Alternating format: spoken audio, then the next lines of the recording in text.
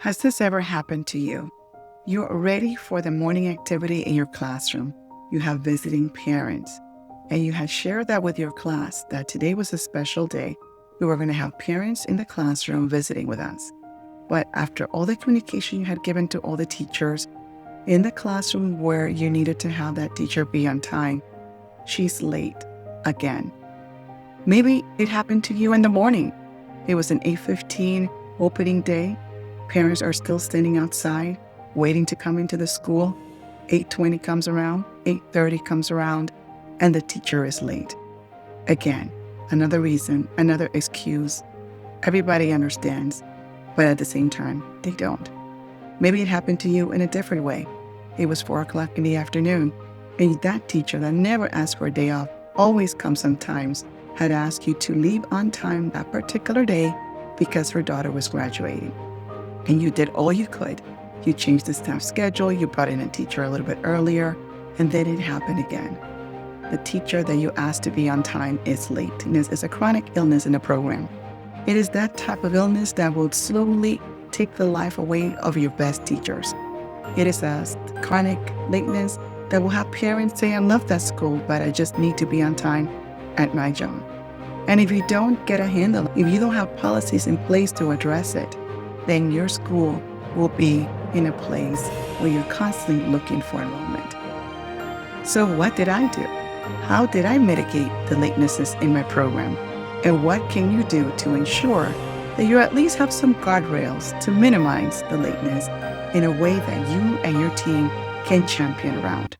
Welcome to Decoding the Childcare Business. My name is Zuleika Hines, your host. I have opened more than 4 childcare programs in 2 different states. Not only did I open the programs, I built them from the ground up. I was able to sell them at the height of its time and divest myself from them. Now, I want to share my experiences with you so you can take from what I've learned, the mistakes and the wins, and make a policy and a program that will be right for you for many years to come. Welcome. Today's conversation is going to be about surviving teacher lateness in the childcare center. Why? Because being a director can be deeply gratifying, but it also profoundly lonely. The burden of fairness is heavy. Policies that protect you protect the school and allows for longevity. It gives you courage, real stones, real decisions, real results that you can implement in your program today. The information provided in this presentation is for educational and informational purposes only. It does not constitute legal, financial, or professional advice. Every childcare business is unique, and regulations vary state by state and by jurisdiction. Please consult with a qualified attorney, financial planner, or professional advisor regarding your specific business situation before implementing any policies or contracts. An investment in knowledge pays the best interest. Those examples that I shared with you are real examples, things that also happened in my own life as I became a director in a childcare business. In our prior video, we have discussed the leadership paradox. Being a director is incredibly rewarding, yet profoundly lonely. As you grow, your visibility changes. You become invisible architect that everyone stands on. We spoke about the director being a conductor of your own orchestra. Your energy, boundaries, and clarity sets a tone for the entire center. The emotional cost is real.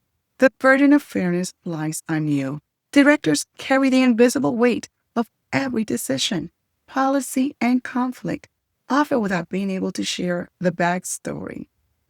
To survive the chair, you need structure. To be a director, to run a childcare program, is more than understanding children and implementing warm lesson plans and beautiful settings. It requires clear structures and policy. And today we're going to cover one of those policies, which is lateness. How do you protect your program from lateness? What are some of the best practices? What did I do as a young director?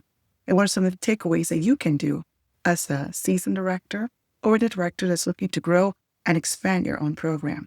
Because in order to grow and expand your own program, these policies and structures will enable you to grow. Without policies and structures in place, folks, I'm going to tell you, it's going to be a hot mess. You're not going to be able to keep the staff, even if you get them, because they're not going to know what to believe and what to trust. We all come across different staff, and after handling over hundreds and hundreds of teachers, you start seeing that teachers have a pattern. They have a way of being. And so how do you support a staff and build on that? A case that I want to share with you, I had a wonderful staff. She had my likeness, was young, just finished high school, and I was her first employer, her first job. But she also looked up to me. She was wonderful with children. She had a way of calming them, and she listened to the lead teachers. They can entrust with her activities that they knew that when they left for the day will still be implemented that afternoon. And so she grew with all of us. And the thing about her was that she was wonderful. We loved her, but she was chronically late. She lived with a sister and other family members. She was really creating a life for herself, right? She was creating her own way of being. What did that look like? But I had to carry the weight of my school. She needed to be on time. So in order to move her into the right direction as her first employer, I needed to set some clear policies and structures in place. While I transitioned her into becoming a better employee, I also had to look at what was causing my lead teacher stress, because every time she was late, my lead teacher felt a sense of anxiety because she had to go to school. She was attending school at night. So how do we go ahead and manage this teacher, but also manage the lead teacher so you don't lose a very good staff and fire another one because of lateness? So this is what I did. I brought her in half an hour before I needed her, before it really made the shift in schedule critical. By doing that, I reduced my lead teacher's anxiety. I communicated with her, and we both agreed she was a wonderful teacher with the children, and she was someone that we could entrust and provide responsibility in the classroom. But we needed to address a chronic illness and also ensure that my lead teacher can get to class on time. So we instituted a plan together. We have her come half an hour earlier than we needed her. But even so, she was late. She was late 15 or 20 minutes. But it reduced my lead teacher's anxiety while I created a plan to work with her to help her have the right habits that will help her be successful. I brought her into my office. We had a conversation. I had her think, and I said, what is it that's causing you late? Let's work backwards from your lateness. What were some of the mitigating factors that you felt conflicted with your ability to arrive to work on time? As we unpacked those things, some of the things were that she thought she had more time than she really did have to get to work. Sometimes it was selecting her clothes to come to work. Sometimes she found herself being distracted. And so we decided that maybe the best way for her to be successful in being on time is to set an alarm. And by setting an alarm on her phone, that alarm will let her know that if you don't leave at this moment, you will be late. But on the other side, I told her, to be fair, I need you to understand that the policies in place will be adhered to, because you're also an example to the rest of the part-time staff that comes in. They're looking at how we are working with you to determine if our policies are fair. So I said to her, if you are more than X amount of time late within a month, then that's going to result in a written warning. And if you have 3 written warnings in a year, you forfeit your raise at the end of the year. But 1 warning would also mean that you won't get paid for your next holiday. So the more warnings you have, every warning would go ahead and disqualify you from being paid for that holiday. She agreed that she had a problem with lateness. She felt our conversation helped her find ways to mitigate that and be successful. And I said, for the first month, I'm not going to give you any written warning as long as you make an attempt to be here on time 70% of the time, because it shows me that you're giving this real thought and real effort. And she did. She was on time 70% of the time. And over time, she was only late 20% of the time, and then 10% of the time. We celebrated her small wins. And you would say to me, well, Ms. Zuleika, you're paying her already. That's a win. She's getting a job. You know how many people are looking for work? But you see, it goes deeper than that. I'm building a community. I'm building a team. And I needed to look at each person individually and find a way to help them win. Because by doing that, we all win. The children loved her, had a great rapport with her. Families were getting feedback about their children's day. And the lead teacher and her had a good relationship. only that she caused her anxiety when she was running late. I had to manage my lead teacher's anxiety because she was an important person to me too. So I was willing to pay an extra 30 minutes a day for the teacher to work on being on time and for my lead teacher to have the space to lead. Because every time you have a turnover, I have to take time and post the job, interview individuals, run them through background checks, make sure they gel with the classroom and the team and the families. And at that moment, I'm spending a lot more money than just 30 extra minutes a day. And maybe it was only 15 minutes if she's late 15 of those minutes. By creating opportunities to champion a staff that already had so many good things going for them, I created a place where I can be fair and also help my teachers win. So there are policies and strategies that you can implement. Define late clearly. Explicitly state in your handbook, what does lateness mean for you and your school? Is it 5 minutes? Is it 10 minutes? And what does that mean for your shift? You see, in my school, the 7:30 shift was the most coveted shift. Everybody wanted to work a 7:30 shift.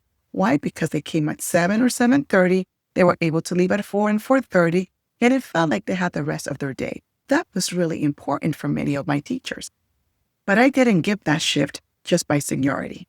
I needed to make sure that the person that came at 7 or 7:30 was reliable, that they were there on time, that they were consistent, and it was a shift that was earned. By that, I also created a way to reward teachers that were always on time, regardless of whether or not they were lead teachers, had 5 years or 10 years with me, or they were new teachers that proved themselves to be worthy of that schedule. The 7 to 7:30 schedule also created another reward indirectly, another impetus to be on time, because to have the early shift, you were required to be reliable and to be on time. You have to have a progressive discipline. Establish a clear track, a warning, a written warning, a suspension. In my particular case, it was forfeiting your holiday pay. By forfeiting your holiday pay, you saw real ramifications to being late. No person, no star teacher was left unturned. It was consistently applied across the organization.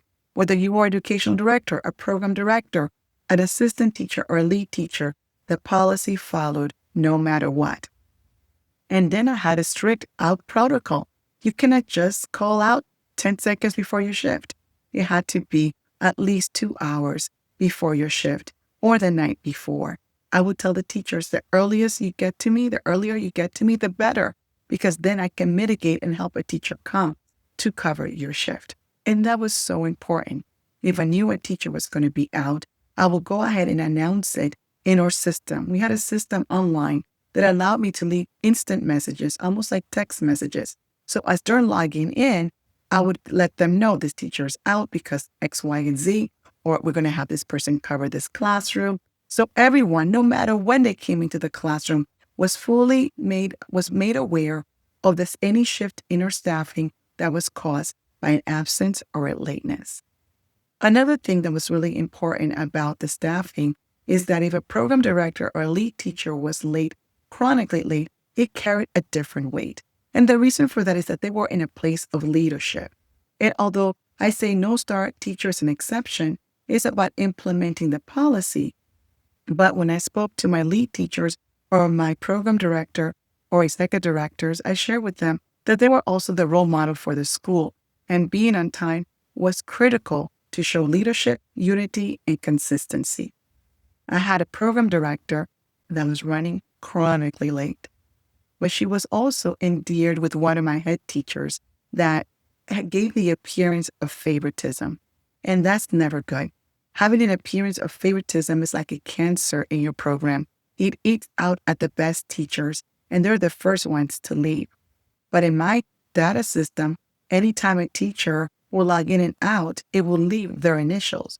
But if someone else had to log them in and out for purposes of forgetting to log in or forgetting to log out, it would show the initials of the director that actually logged that teacher in and out. What I would do is that I would spot check those in and out that were done by the teachers. And I would speak to the lead teacher and ask them, what is it about the process that you failed to check in on time or log in on time? it became a moment that I also rewarded a classroom, but always being able to log into the system and to log out of the system. By doing that, I had an accurate picture of attendance at the school, which allowed me to see the teachers being there on time. When I saw that the program director was doing this consistently, I had to ask the teacher and unpack it and say to the director, are you doing this because you're failing to remind the teacher to log in? Where are you in the process? Why weren't you at the school at that particular time? And then I will talk about the steps necessary to be on time. And if I saw that those things were not being adhered to, I would have to let them go. And letting go is very difficult, not because the 15-minute lateness policy is not true and it's not being followed. It's because sometimes you're letting go of a teacher that you like. You like their personality. You like how they work with the children and the families. But if they're not on time, it means that everyone is paying attention to that lateness. I myself have to be worried that the person is not where they need to be. A teacher might need to be called from the classroom to open the door, and a parent may engage them longer than the teacher is able to be outside their classroom. You may have an unexpected inspection, and now you are scrambling to fill out the role, and the teacher may have the files in a different place and you have them. And now you feel nervous, not because you don't have everything in place, because the lateness adds a sense of urgency and anxiety and a whole different energy and vibe to the school. And you got to be attentive to that. So it is important to protect your program by having clear policies. The reality is that just being 15 minutes late is not 15 minutes late because we are adhering to a staff-to-child ratio. She was a wonderful teacher, but came in 15 minutes late. That is a problem, folks. And it wasn't about the teaching ability. It was about the uncertainty. You don't want to lose good teachers because a teacher's always late. And teachers already don't like conflict. As I discussed in a prior episode, many teachers shy away from conflict. They rather quit a job, leave the organization, than to deal with a confrontation or to deal with a conflict. And so are you willing to lose a good teacher because you fail as a director to take charge of your organization and your program and do the right thing? And that's why this is so important, to have the right policies in place so you can mitigate that. But when you do this, you got to make sure that you take the following steps. So what should you do right now to make sure that you have strong policies that the teachers and the school can champion around? Lateness and absence. The core rule is this: lateness is an operational disruption, not just a personal inconvenience. And you must remember that as a director, because if you understand that lateness is a chronic illness that eats away at your school, you would be encouraged to implement the policies that you have in place, because a chronic lateness will result in documented disciplinary action regardless of employee performance or popularity. Because the real cause is classroom ratios. You're out of classroom ratios. The teachers don't know what to expect. An activity could not take place that was already planned. A music teacher must have to scramble now to make sure she has the right support in her classroom to carry out that activity. Your daily planning gets off script. Now it's all derailed. Now other teachers are forced to cover multiple roles simultaneously. They may not be able to go outside that particular moment because the teacher was late and they were out of staff-to-child ratio to go outside, and the activity didn't take place. The team morale goes down because you can let that teacher continuously be late without real ramifications, without real policy, and without real disciplinary action. If everybody knows what disciplinary action is in place for chronic latenesses, everyone may not like it, but they can all champion around it. Do you have a written lateness policy? And if you don't worry, because I'm going to help you right now create that, okay? You're going to create a written lateness policy. You're going to define what is late. Is it late 5 minutes, 10 minutes, or 15 minutes? It doesn't have to be a big document. It could just be entitled, My Lateness Policy. Put it in your company letterhead. Set the consequences. Establish a clear, progressive, disciplinary track. Are you going to have a verbal warning? Are you going to have a written warning? How many written warnings would be necessary in order for a holiday pay not to be paid, or for a suspension, or for a firing? What are your steps? And does everybody know what they are? Is it clearly stated in your handbook? If this is a new policy, when do you want to implement it? So everyone around you understands when you want to implement that policy. You got to track it and you got to enforce it. In my system, I knew every time someone was late, a comment had to be written by the program director, administrator, or myself. This way, we have the reasons behind the lateness, and we can then display them to the teacher and help her understand what were the reasons and the challenges that we're having and what opportunities, if any, are there to overcome them. I had a teacher that actually traveled from New York to New Jersey every single day that she worked with me in the program. Over 15 years, this teacher was never late. She had to cross a bridge. She had to go 30 miles down to the location. Sometimes that trip was an hour and a half because of traffic. She would take a bus to get there. And I would have teachers working 3 to 4 blocks away that were constantly late. And sometimes you got to look at that and say to yourself, how do I reward a teacher that's traveling so far and makes a commitment to be at the school on time every day? And how do I help the teacher 3 or 4 blocks away understand that her lateness is not sustainable? That is all done through a policy, that lateness policy. And whether you have a group family daycare, a center-based program, if you want to grow to 2, 3, or 4 childcare programs, you must have a lateness policy in place because policies are the structure. They are the backbone of your organization. And as you grow, you just build with that. And you're able to then carry that over to the next school. And everyone can champion around that. They don't start from the ground zero. They're starting with a staff manual that helps them understand the implications of absences, how to communicate absences to the school, and latenesses, and how latenesses are communicated. In my school, for example, if a teacher was going to be late, she must communicate it to her lead teacher and her teachers in her classroom, as well as the administrator of that school. We all needed to be informed, and that she must call the school or call the lead teacher and get a verbal confirmation that the information of her lateness was received and that we would be able to work around that. If a teacher was a morning teacher that was going to be late, I will ask the teacher, can she stay later to make up her day? So if she was a full-time teacher, if she was late more than half an hour, I would ask her to cover that extra half an hour that day. Or sometimes I will say, I need that 30 minutes back. Can you cover it on Friday so the lead teacher that covered for your lateness can leave half an hour earlier? And by creating that kind of barter system, you can't really do it past the week, right? Because you got payroll, you don't want to go into overtime. But I would force it within that week. So that way, that 30 minutes could be made up, as long as it was not becoming a habit or a chronic illness of latenesses with that person. It did a couple of things for us. It helped with the morale. The lead teacher felt seen and validated, or the other assistant teacher felt seen or validated. She got to leave half an hour earlier because the teacher agreed to cover half an hour later. And it helped also mitigating absences. So sometimes when a teacher needed to be either half an hour late or leave half an hour early, which could be considered a lateness, I would say to her, thank you for sharing that with me. Instead of losing a day's pay, why don't you make up that time in increments? So let's say she needed half a day, but she didn't have any more personal time available to her, or she did not want to use her personal time. I will then give her the opportunity to make up that time in a day that I knew I would have teachers out. So usually within that pay period, I would say, then can you come in an hour early every day within these days, or stay half an hour later within these days? And I would use that time to my advantage to let the lead teacher either work on lesson planning or leave early or create another activity that really needed additional teachers to be there.